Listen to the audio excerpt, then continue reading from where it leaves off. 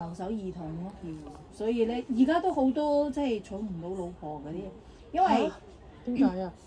因為男多女少嘅中國。哦，係好多都係，但係咧就係咁嘅嗱，好似有啲咧啲女人咧一見到外國，唔論係邊一個國家嘅，佢只要係外國咧就覺得好咩啦，我嗱嗱聲跟住出去啦。嗱，你睇下好似有，比如好似農村嘅有少少學歷啦，咁出到嚟呢度，咁你農村嗰啲咧，你好似同佢係唔同頻道啦，有啲傾唔啱啦，係咪？咁你喺呢度咧，你想要咁人哋啲要求又高啲咁啊，話數就唔想唔落咯。喺呢度嘅，即係我哋喺鄉下出嚟嘅啦，喺呢度嘅女人咧就滯留咗，係面咁啊，唔係嘅，即係滯留咗，係啊。咁我屋企嗰啲咧又滯留咗，所以變成咁咯。好多都係40-50歲都唔結婚就係咁，所以中有啊。